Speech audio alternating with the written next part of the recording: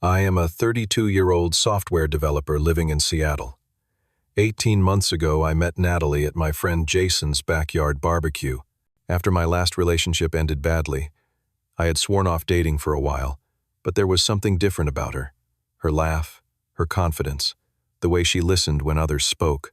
We moved in together after 8 months, and everything seemed perfect until that Tuesday night when I borrowed her laptop and found those messages.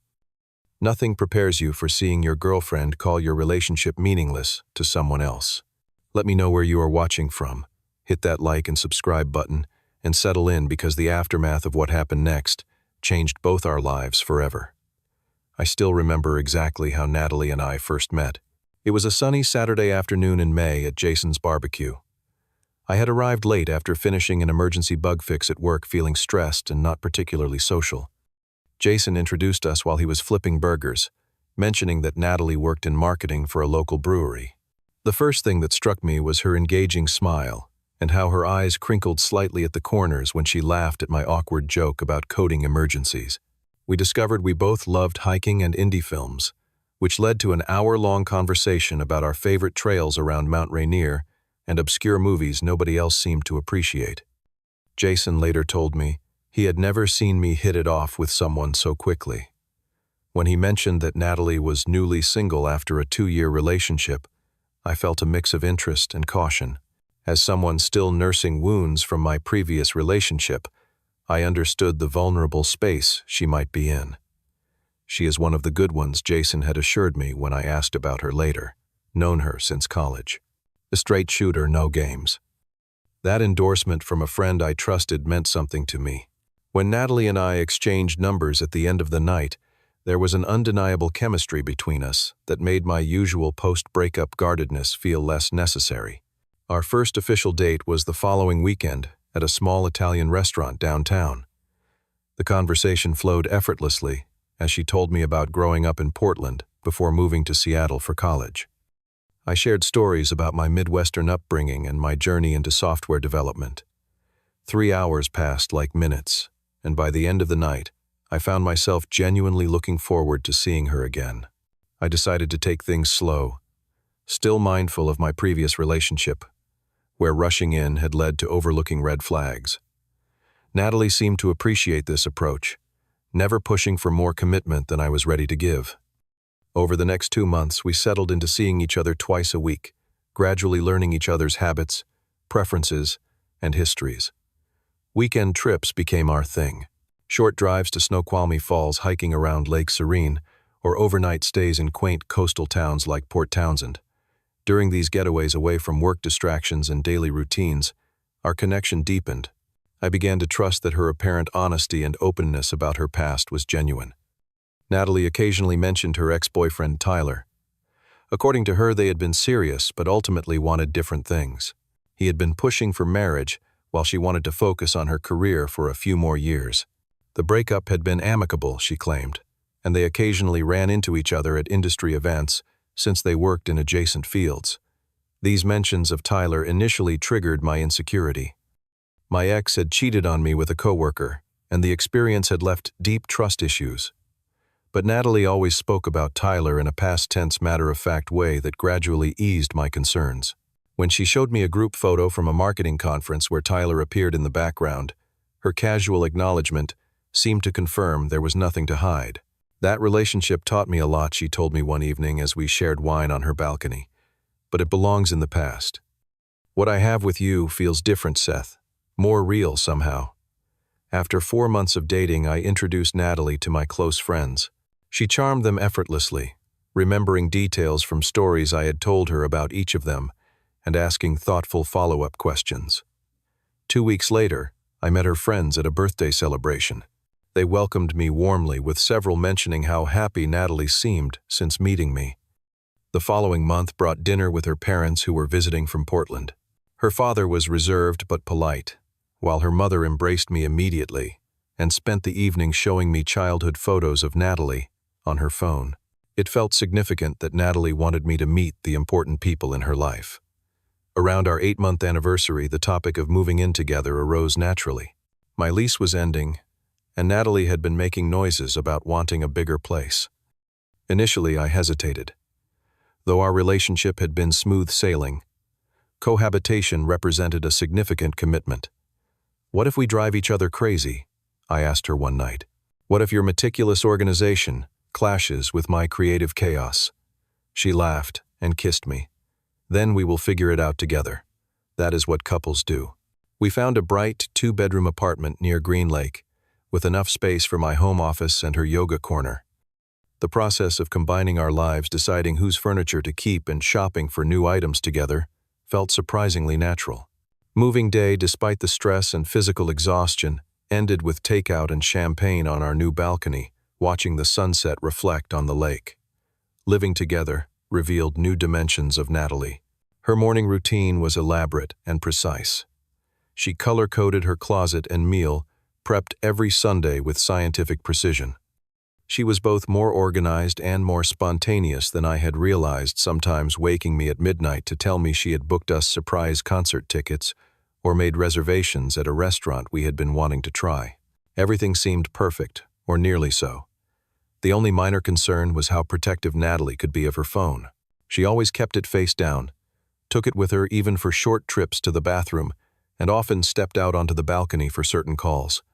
When I once casually reached for her phone to check the time while mine was charging, she almost lunged to hand it to me instead of letting me pick it up myself. I dismissed these moments as quirks, or perhaps professional privacy concerns. After all, she handled sensitive marketing campaigns and might have confidential information. Looking back, I should have recognized these behaviors as the warning signs they were. But when you are in love, you tend to give the benefit of the doubt rather than assume the worst. The discovery happened on an ordinary Tuesday. My laptop had crashed while I was finalizing an important project due the next morning. Desperate to finish my work, I asked Natalie if I could borrow her MacBook for a few hours. She agreed without hesitation before leaving for what she described as drinks with coworkers. I had been working for about an hour when a notification banner slid across the top right corner of the screen. The preview showed a message from someone named Tyler, "Missing you after last weekend. When can you get away again?" My fingers froze over the keyboard. Tyler, her ex-boyfriend, Tyler, the one who was supposedly completely in the past. I wish I could say I respected her privacy and ignored the message, that I trusted our relationship enough to assume there was an innocent explanation. But the preview text alone had set off alarm bells I could not silence. With a sick feeling in my stomach, I clicked on the notification. The message thread that opened revealed hundreds of exchanges spanning our entire relationship, flirtatious comments inside jokes, plans to meet when I was traveling for business conferences. As I scrolled through the conversation history, the truth became undeniable. This was not just friendly contact with an ex. This was an ongoing relationship running parallel to ours. "He thinks we are getting serious," Natalie had written 3 months ago. "Moving in together next month. But do not worry, you know you are still my special person," Tyler had responded. "Does he suspect anything?" "Not at all," she had written back. "Seth is sweet but kind of naive. He believes everything I tell him." Reading those words felt like being punched in the chest. I continued scrolling, my horror mounting, as I discovered explicit photos exchanged just last week, along with detailed accounts of their encounters. Most devastating were the references to our relationship as just casual, and nothing serious in her messages to Tyler. Many nights when Natalie had told me she was working late or out with girlfriends suddenly made sense. The business trip to Portland 2 months ago that she had extended by a day for client meetings. The mysterious brunch appointments on Sunday mornings, when she would return home with damp hair, claiming she had stopped at the gym afterward. I sat motionless for nearly an hour, rereading messages and piecing together a timeline of deception. The woman I thought I knew, the relationship I had invested in, suddenly seemed like elaborate fictions. My mind replayed every moment of our time together now, questioning what had been real and what had been performance. The betrayal was total, but almost worse was the humiliation. Had her friends known all along? Had they been laughing behind my back? What about Jason, who had vouched for her character? The apartment around me, filled with our shared possessions, felt suddenly alien and hostile. My initial impulse was to pack a bag and disappear before she returned. Another part of me wanted to trash the apartment in rage. Instead, I chose a third option. I would wait and confront her directly. I deserved answers, and I needed to look her in the eyes when she provided them. I spent the next 3 hours in a strange, detached state practicing what I would say. I needed to remain calm and dignified, despite the chaos of emotions threatening to overwhelm me. I closed her laptop, placed it exactly where I had found it on the coffee table, and sat on the couch to wait. My body reacted physically to the stress, my stomach churning, and a cold sweat breaking out across my forehead. I got up several times to splash water on my face or pace the apartment. The betrayal kept hitting me in waves, each realization bringing fresh pain. Not only had she cheated, but she had systematically lied to my face for our entire relationship. By the time I heard her key in the lock, shortly after 11 p.m., I had moved beyond the initial shock into a strange, calm clarity. I knew exactly what I needed to say and do. No matter what explanation or excuse she offered, our relationship was over. The only question was how the ending would play out. When Natalie walked through the door, her cheeks were flushed, and she was smiling. That smile faltered when she saw me sitting silently on the couch, no television on, no book or phone in hand. "Is everything okay?" she asked, setting down her purse and unwinding her scarf. "No," I replied simply. "Everything is not okay. I need to talk to you about Tyler." Her expression shifted through several emotions rapidly: surprise, confusion, and finally a guarded neutrality. "What about Tyler?" "I saw your messages while using your laptop," I said, maintaining steady eye contact. "All of them, Natalie. I know about the meetings when I was out of town. I know about last weekend. I know everything." She stood frozen for several seconds before her shoulders slumped slightly. Instead of the denials I had half expected, she sighed and sat down in the armchair across from me. "I was going to tell you eventually," she said, not quite meeting my eyes. "Things with Tyler are complicated." "They do not seem complicated from what I read," I countered. "They seem quite straightforward. You have been seeing him our entire relationship." "Not the entire time," she protested weakly. "It was off and on. Sometimes we would go weeks without contact." The casual way she said this, as if weeks without cheating deserved some kind of recognition, stunned me into momentary silence. "You lied to me," I finally said, repeatedly and deliberately. "You created elaborate stories to cover your meetings with him. You told him our relationship wasn't serious." She looked up then, a flash of defensiveness crossing her face. "We are just dating, Seth. Loyalty is not important at this stage." Those words, delivered with such conviction, hit me like a physical blow.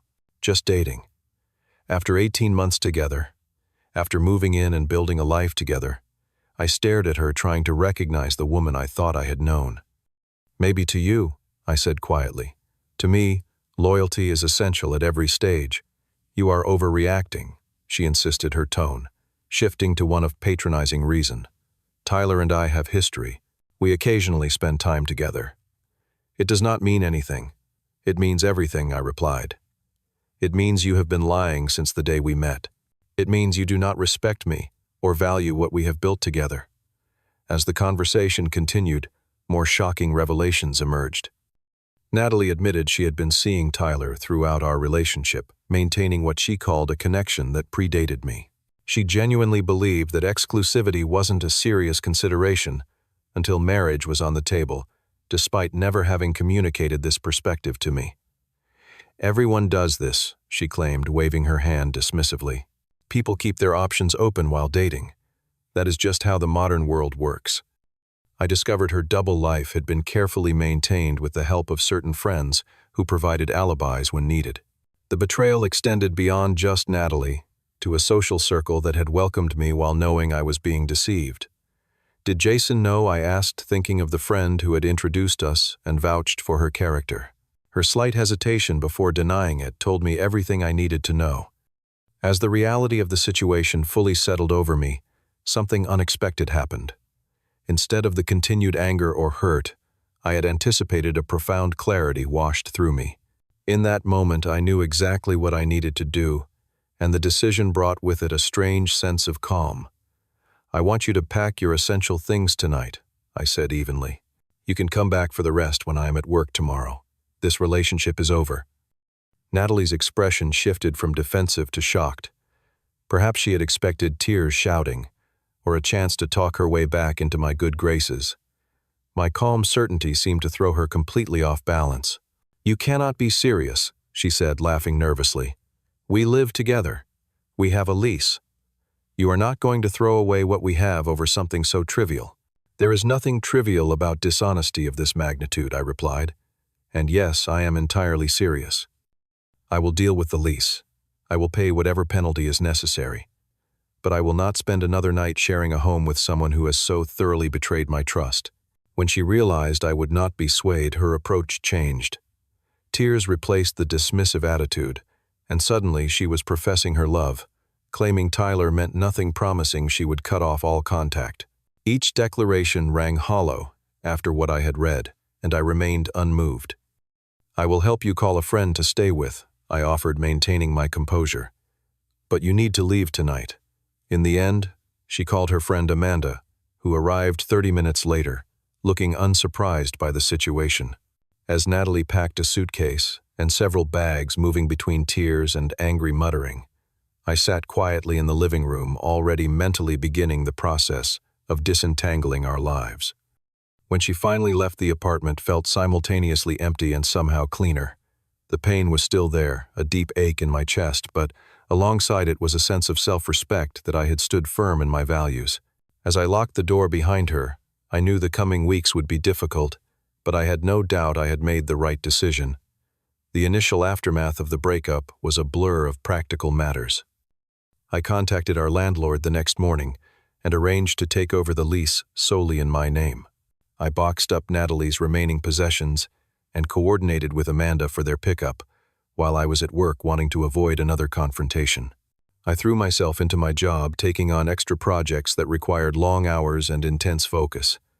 The distraction was welcome, and the additional work helped offset the increased rent I was now shouldering alone. My boss, noticing my suddenly available evenings and weekends, offered me a chance to lead a new project, which later resulted in a promotion. Dealing with our mutual friends proved complicated. Many took sides immediately, with several revealing they had suspected or known about Natalie's ongoing relationship with Tyler. Those friendships ended abruptly. Others expressed shock and sympathy, having been as deceived as I was. Jason, who had introduced us, came by the apartment with a 6-pack of beer and a lengthy apology. "I genuinely thought she had changed," he explained, looking genuinely distressed. "In college, she had a reputation for keeping multiple relationships going, but when she met you, she seemed different. More settled, you know. I should have warned you about her past." I appreciated his honesty, though it came too late to be useful. Our friendship survived, though, with new boundaries and a period of distance I needed to process my feelings. 3 weeks after the breakup, I began seeing a therapist to work through the trust issues that had been significantly amplified by Natalie's betrayal. Dr. Lawson helped me recognize that carrying this experience as proof of all relationships being doomed would only punish me for someone else's actions. "The goal is not to forget what happened," she told me during one particularly breakthrough session. "The goal is to learn from it without letting it define your capacity for trust moving forward." Those weekly sessions became an anchor as I rebuilt my sense of self and perspective on relationships. I learned to recognize the red flags I had ignored with Natalie, and to understand why I had been so willing to dismiss my own intuition when it had tried to warn me. Gradually, I reclaimed parts of myself that had been subsumed in the relationship. I returned to rock climbing, a hobby I had largely abandoned because Natalie had found it boring. I reconnected with old friends who had drifted to the periphery of my life. I redecorated the apartment, removing all traces of Natalie, and creating a space that reflected only my preferences and personality. By the 3rd month post-breakup, I felt ready to attempt casual dating again. Nothing serious, just coffee or drinks with women I met through friends or dating apps.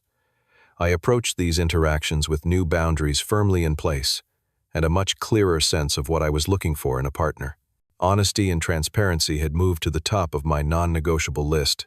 4 months after our breakup, on a rainy Seattle Wednesday, A text from Natalie appeared on my phone. Can we talk coffee at Elm Street Cafe tomorrow at 3? Important. My first instinct was to ignore the message. We had had no contact since she had collected her things, and I preferred to keep it that way. But curiosity nagged at me, along with a desire to prove to myself that she no longer held emotional power over me. After consulting with Dr. Lawson, I agreed to the meeting, setting a firm 30-minute time limit. The Natalie who sat across from me at the cafe looked different from the confident woman I had known. Her usual immaculate appearance was slightly disheveled, with dark circles under her eyes and a nervous energy as she fidgeted with her coffee cup. After awkward greetings, she got straight to the point. "I am pregnant," she said, her voice barely above a whisper. 4.5 months along. The timing meant the child had been conceived while we were still together, likely during one of her meetings with Tyler. I felt a strange detachment as I processed this information, as if hearing about the life of someone I barely knew. "Tyler and I tried to make it work when you and I broke up," she continued. "We moved in together almost immediately. I thought it was what I wanted, what I had always wanted." She paused, taking a shaky breath. 3 weeks ago he left, said he was not ready to be a father, said he never wanted anything serious in the first place. The irony was not lost on me. The man she had betrayed me for had ultimately betrayed her in turn. "I realized something, Seth," she said, reaching across the table, as if to take my hand, though I kept mine firmly wrapped around my coffee mug. "What we had was real. I took it for granted. I made terrible mistakes, but you were the one who truly cared for me, who wanted to build something meaningful." I listened silently as she laid out what amounted to a proposal she wanted us to try again. She believed we could move past her mistakes and build a life together, including raising this child that was not mine. In her mind, the fact that Tyler had abandoned her was somehow proof that she and I were meant to be together. "I know you, Seth," she said with a certainty that bordered on delusional, given the circumstances. "You have the biggest heart of anyone I have ever met. You could love this baby as your own. We could be a family." Looking at her across the table, I felt a complex mix of emotions. There was a flicker of the old attraction, I cannot deny that. There was also pity for her situation, and the child who would enter the world under such complicated circumstances. But overwhelmingly, there was a certainty that reopening this door would be a profound mistake. "Natalie," I said gently but firmly, "I am sorry for your situation. Truly. And I wish you and your child the best, but what we had is over.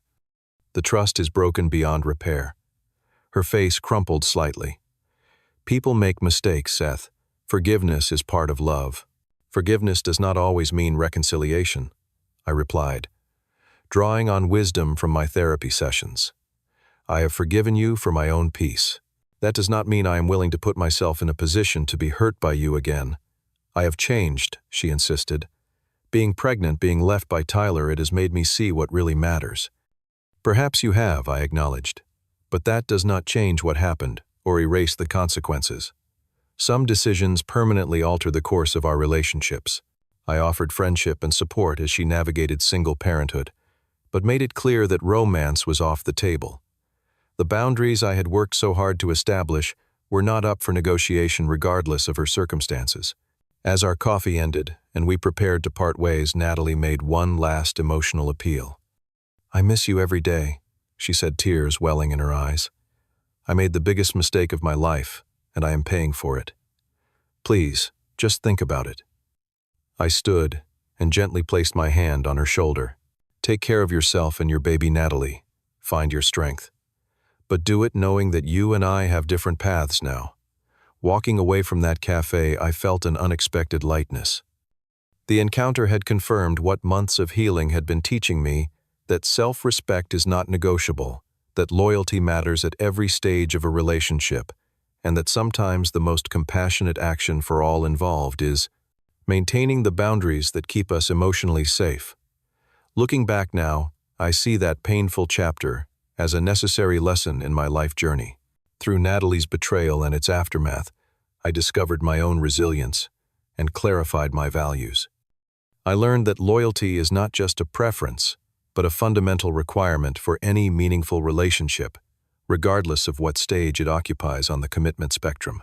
Today, my life is full and genuine in ways it never could have been had I stayed in a relationship built on deception. I have found that truth, once embraced, creates space for authentic connection that no amount of comfortable lies can provide. Have you ever had to make a difficult decision that ultimately led to unexpected growth?